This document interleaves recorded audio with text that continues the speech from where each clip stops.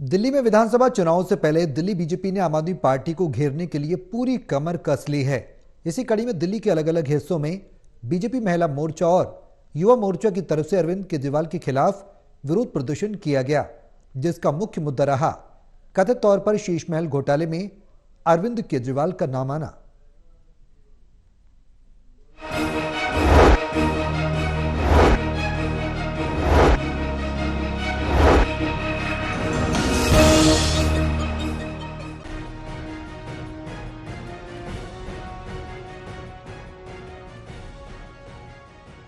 दिल्ली के मुख्यमंत्री आवास की इन्वेंटरी लिस्ट पब्लिक होने के बाद से भाजपा लगातार दिल्ली के पूर्व सीएम अरविंद केजरीवाल पर हमलावर है, क्योंकि लिस्ट में सीएम आवास के अंदर करोड़ों का फर्नीचर, टीवी, टॉयलेट, पर्दे आदि का जिक्र किया गया है और जिस पर भाजपा ने अरविंद केजरीवाल से इसका जवाब मांगते हुए मंगलवार सुबह दिल्ली के कई हिस्सों में विरोध प्रदर्शन किया। और इसी कड़ी में सेंट्रल दिल्ली के आशिका रोड सर्किल के पास बीजेपी के प्रदर्शन का नेतृत्व करने पहुंचे दिल्ली बीजेपी अध्यक्ष वीरेंद्र सचदेवा से हमारे संवाददाता ने शीश महल और दिल्ली में बढ़ते प्रदूषण के मुद्दे को लेकर बातचीत की है।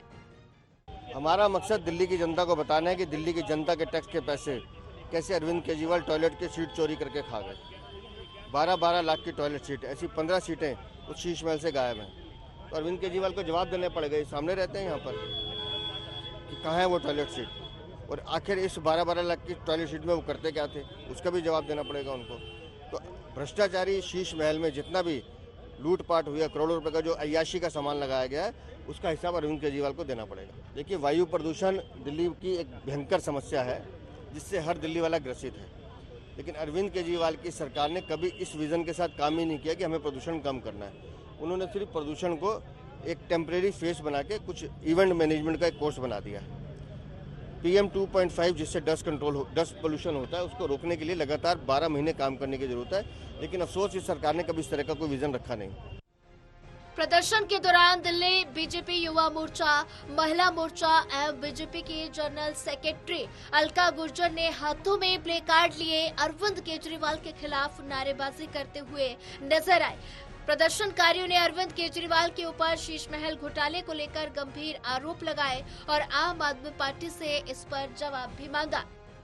वो बंगला एक आम मतलब एक करोड़पति के भी बंगले से भी शीश महल की तरह बसाया है, जिसका टॉयलेट भी 12-12 लाख का हो, रिमोट से चलता हो। तो आप सोच सकते हैं उससे बड़ा बेवकूफ बनाने वाला दुनिया में कोई व्यक्ति नहीं है। मतलब सबसे बड़ा भ्रष्टाचारी मुझे कोई लगता है तो वो केजरीवाल जी लगते हैं, क्योंकि केजरीवाल जी बड़ा हमारी दिल्ली की भोली भाली जनता को ये कहकर आए थे कि मैं तो ना कोई कुछ नहीं लूंगा, मैं ईमानदार हूँ, मैं दिल्ली की सत्ता बदलूंगा। क्या सत्ता बदली? सड़कें पूरी दिल्ली की खराब कर दी, यमुना का पानी बिल्कुल, कोई यमुना में डुबकी लगा के दिखा दो 10 साल के बाद भी।